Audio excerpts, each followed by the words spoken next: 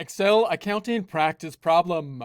Advanced customer payment or unearned revenue method number 1. Get ready because we're about to excel. Here we are in our Excel worksheet. In prior presentations, we put together the worksheet from a blank sheet, now entering transactions into it. If you have access to it, there's 2 tabs on down below, an example tab and a practice tab. Practice tab starting out where we left off last presentation. Example tab, in essence, being an answer key. Let's take a look at it now. We're going to be looking at unearned revenue now, meaning we're going to get paid before we do the work. This is often something you'll see in particular industries, such as a newspaper, such as a magazine. Those are the classical examples where you get paid before you do the work and then you deliver the newspaper or the magazine. Commonly, this is becoming more common with applications, computer applications on a subscription basis where you get paid first again, similar to like a magazine type of subscription, and then you actually do the work later. In that instance, on an accrual basis method, you shouldn't be recording the revenue until you actually earn it. The traditional way that would happen is that every time you get money for that type of industry, you would be increasing a liability because you got paid before you did the work, and then periodically reducing the liability and recording the revenue as the work was done, as you deliver the newspaper, the magazine, or the application. You can see a similar kind of process if you were in the industry of like rental industry, because you might get a deposit up front, which is similar, meaning you get paid before any work was done and have to treat it in essence as a liability type of account. And in our case, we're going to imagine a situation where you have a large piece of inventory. We're talking about guitars here. And for example, if it's a custom piece of inventory, someone comes in, asks for a custom guitar. We don't have it. We're going to go to the vendor and request that custom guitar. But in order for us to do that, since it's a large item, we would like the customer to be committed by giving some kind of deposit down up front. And so they're going to give us the money before we give them the guitar, which once again should be unearned revenue because instead of revenue because we haven't yet earned the money until we actually deliver the guitar. Until we do, it's basically a liability because we either owe the money back or we owe them a guitar. Now, if you think about how this is done in accounting software, it could be different than reporting purposes. So as we talked about from a reporting standpoint, just in terms of the accounts standpoint and how you would often learn this in an accounting course, is that every time you have unearned revenue, you get paid before you do the work, which isn't often the case in a lot of like other types of industries. Normally you get paid at the same time, think cash register type of transactions, or you do the work first, think accounting firm, law firm, where you have to bill someone for the transactions. To get paid first is a little bit more unusual of a type of industry, but depending on the industry you're in, it could be quite common. And from a reporting standpoint, then you should be recording the liability as you get paid first. But from a logistical standpoint with the software, that becomes an actual problem in some cases because you want to track who owes the money and you would like to track the eventual invoice that you will be creating later to the prepayment. And the subledger that is going to be tracking customers is the accounts receivable subledger. In other words, if I make a liability called unearned revenue down here, in accounting software, it's not really tied to, the unearned revenue is not tied to the subledger. So then you have this disconnect of being able to tie the prepayment out to the invoice that you're going to make later. The way to make that easy is to make a negative receivable, meaning you get paid first, you record a negative receivable, a prepayment, and then you can apply that out to the invoice that you make later a lot more easily because it's tied out to the same subledger. So you will actually see that in practice. If you've never seen that in your accounting theory courses, it's going to throw you off and you're going to say, this isn't right, this isn't the way it should be. But just like any other adjusting entry, it's right if it works within the system, meaning you're gonna accept being not perfectly on an accrual basis for reporting purposes or perfect reporting basis during the month, and then you're going to adjust it periodically with an adjusting entry to make your financial statements, on a certain basis more exactly at the end of the period. That's a similar concept that you have for all like adjusting entries. So that's the first thing we're going to do. It's going to look a little bit unusual if you've never seen this in like accounting software, it would be different than what you would normally see with accounting courses that you're just doing journal entries from a theory standpoint.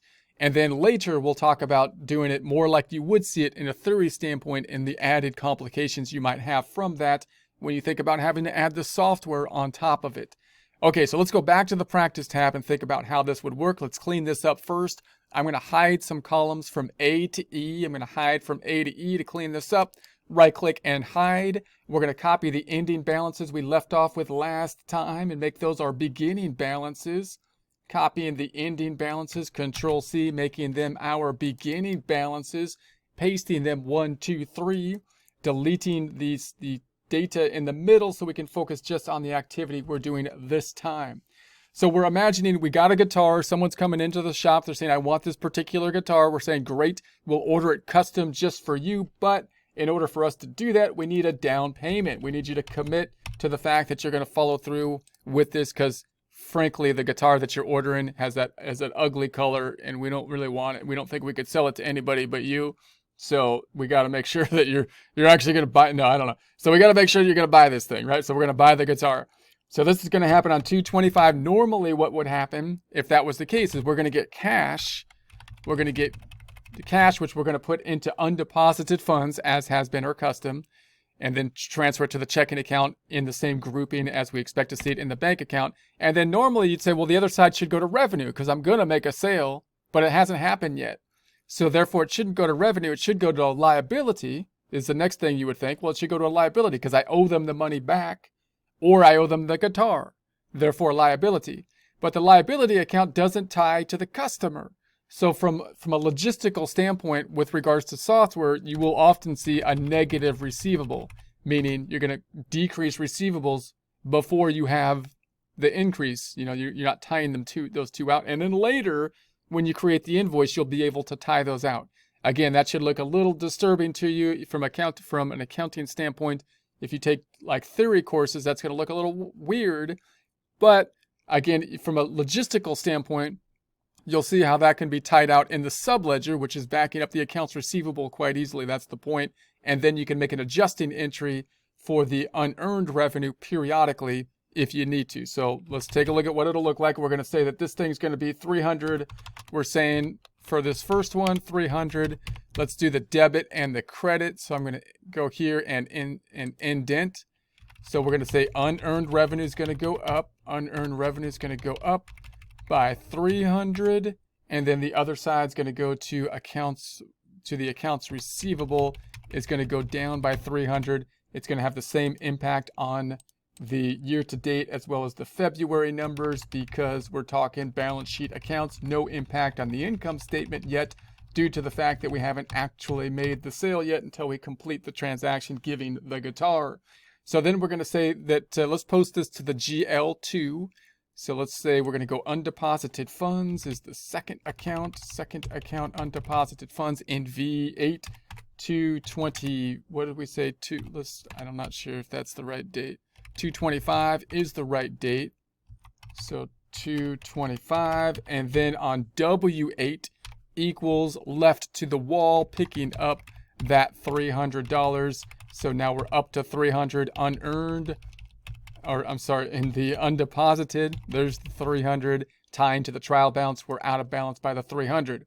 The other side then is going to the accounts receivable. So the accounts receivable is the third account. So that's going to be over here in the AR. We're looking at the 225. We're now in AA6 equals left to the wall, picking up the $300 and enter. So now it's going down from 19,811 by 300 to 19,111. That ties out to what's on the trial balance in both the year to date and month numbers. We're back in balance up top in the subledger. Now we're also going to record this in the general ledger. We're also going to record this in the subledger to support the accounts receivable number. So I'm going to go all the way over to the subledger. And this is the point that we're over here. This is why we have to do it this way. We're going to say I can track then this negative amount in Anderson by saying 225. And then I'm going to post the credit here in BW5 equals left to the wall, that accounts receivable negative amount. So there we have it. So now it should look funny. You're like, well, that doesn't make sense. If there's a receivable means that they owe us money. How can I have a negative receivable? That would mean that we owe them money. If we owe them money, it should be a liability, which is correct. But if I have that subledger here, if I created an unearned revenue account, then I couldn't track it in the subledger, which is what I track by customer. So this is wrong until we complete the transactions. Once I complete the transaction, I can put the invoice right underneath it, and I can track the two items happening in the same subledger, tying them out, which is really nice for, of course, accounting software and the subledger, although not perfect for reporting purposes. All right, let's do it again. Let's just do it for a couple more, and it'll just be the same transaction. So we're going to say, let's do it a couple more of these. Same thing, 225. It's going to be undeposited funds. And then we're going to say accounts receivable. We're not putting it into unearned revenue, but rather accounts receivable. And then we'll make an adjusting entry if necessary at the end of the period. It would only be necessary if we had not yet completed the transaction by that time. We're going to say this one's for 250 and 250. So same thing. Let's post this out just using the keyboard. No mouse action. In N5, F2 plus F2, and then scrolling down to the 250. Enter. And then we're looking at the accounts receivable, which we're currently on. So I'm going to say F2 plus F2. Scrolling down and picking up the 250. Let's do one more before we add these last two to the general ledger on 225. This one is going to be same thing. Unearned, undeposited funds. Sorry, I keep on saying unearned because we're on unearned. And then instead of unearned revenue, we're going to have a negative receivable. Negative receivable, indenting that. And we're going to say that this one was for 200, 200, and 200. Posting that out to our trial balance. We're in N5, F2 plus F2, scrolling down, picking up the 200 and enter. So there we have that, 750 total change. And then in the accounts receivable, F2 plus F2, scrolling down, picking up the accounts receivable. So there we go. Let's post these two. I'm going to make these two green, and I'm going to post them to the GL and the subledge at the same time. Because that's how good we are. We could do two things at once. So we're going to go to the undeposited funds. Undeposited funds up top in the GL. We're looking 225 and 225 in W9 equals left to the wall, scrolling down to the first undeposited funds, 250, and then right next to it, right underneath it, equals in W10 equals left to the wall, and the second undeposited funds. There we have it, bringing us up to that 750 matching what we put into the trial balance. We're out of balance now by the 450. Let's then record the other two, which were to the accounts receivable, accounts receivable, accounts receivable. So here we are in the AR third account to the AR equals 225, 225. We're in AA7, left to the wall, down to the last transaction. We're looking 200, increasing by 200, or decreasing, I should say, because that's the proper direction, by 200. Then we're in AA8 equals left to the wall, scrolling down to the 200. The last was 250 and 200. So this last one was wrong. Hold on a second. This should be 250. And AA7 should be 250. Sorry about that. 250 and the 200. 250 and the 200. This is the way it should look. 300, 250, 200. Taking us from 19,511 down by the 250 to the 19,261. Down by the 200 to the 1961, matching out what is on the trustee trial balance in both the year to date and February numbers. Now we're going to post the same stuff to the subledger for accounts receivable. going all the way to the right to do so. And we're going to say the 2 customers that are ordering these custom guitars, they all know each other, these people. They all wanted a custom guitar. That's just the cool thing these days, apparently. So then we're going to have this one is on Smith guitars on 225 again. And so this is going to be the 250 in California, CA5. CA5 equals left to the wall. Left to the wall. California 5. Left to the wall. We're picking up the 250. And so there we're at. So now we've got, they owed us $929 before. And now we've got this 250, which isn't tied to the 929 because they're not paying off the prior invoice. This is going to be tied to another invoice that we're going to create related to it. And then we're going to say that we also, Eric Music was the other one that wanted this custom guitar. So we're going to say this is this is California 17, CA17, equals left to the wall. And we're going to be picking up then the 200, finally, the last 200. So now we've got this negative amount in the receivable subledger for Eric Music, which again, you should say, that doesn't seem right. That should be a liability. But that's a customer, so we can't have a liability because then the subledger doesn't work. So I'm going to make a negative receivable because then my subledger works and I could put the invoice into the same subledger. And then if I need to, at the end of the period with an adjusting entry, make it a liability at that point periodically so that I can have the presentation purposes work well and have the subledger work well for my normal accounting purposes. So we're back in balance because if I add up my the 6 people here, customers, 6 customers that owe us money, which again, it's understated right now. This number is understated by this, and this by the 750. But I'm okay with that for bookkeeping purposes because it'll make it easier for me to do that. And then at the end of the period, if those are still outstanding, we'll take a look at it with the adjusting entries. We'll talk about that in the adjusting process. So that means we're adding up to the 1961. That 1961 matches out what we see on the balance sheet. So no impact on the income statement thus far, just undeposited funds and the accounts receivable, no impact to the income statement. This is where we stand after those transactions. Let's go ahead and deposit it into the checking account, however, before we wrap this up. Then we'll wrap it up.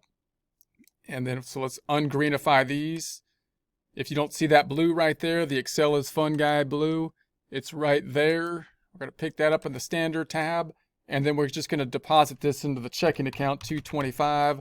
So we got the 750 that we're going to deposit into the checking account. Instead of having 3 separate transactions, we're going to just add them in one. So I'm just going to say this equals the sum of these 3 deposits. That's where the 750 comes from. Negative 750. This is going to be a debit to the checking. Debit to the checking. Check it out. It's a debit to the checking. And a credit to undeposited funds. Undeposited funds. I would like to credit undeposited funds for the good work it did as a clearing account in helping us complete this process. Checking account up top. Let's go up to the checking account. We're in N4 equals. Scrolling down, we're picking up that 750. So we increased the checking account to 103,602. Then undeposited funds going to go down by the 750. Double clicking on it, going to the end of it, and plus picking up the 750 there and enter. Now you might be saying, well, why didn't I just post these 3 transactions to the checking account instead of going through undeposited funds? Because it would have been the same thing. I'd still be at the 103,602, but you'd have 3 separate transactions into the checking account, and we expect them to be on the bank statement as one lump sum, which we would like to see in the same format so that we can reconcile our bank account more easily. So then let's go down and say we got the checking account. Let's go to the GL and do the same thing as well. GL first account, we're looking at the date of 225. 225 and S9. S9 equals left to the wall, scrolling down and picking up that 750,750. And so we're up to that 103,602, matching up what's on the trial balance for the 2 both the year to date and the month of February. And then undeposited funds, second account. Sorry, not undeposited funds. That's not right. Yeah, undeposited funds. Undeposited funds, scrolling up. I know what I'm talking about. Don't second guess myself like that. I know what I'm saying. W11, so we're in W11 equals left to the wall. Scrolling down, we're going to pick up that 750. So that brings it back to 0. So we cleared it out. So there's the 3 transactions right here that we cleared out back to 0. And we can see the detail in undeposited funds, but in the checking account, it's in there's just 1 transaction, which we expect to see on the bank statement, making the reconciliation easy. So this is where we stand with regards to the trial balance at this point in time. If you want to check your numbers, no activity down on the bottom half of it, nothing happening to the income statement yet until we actually make the sale.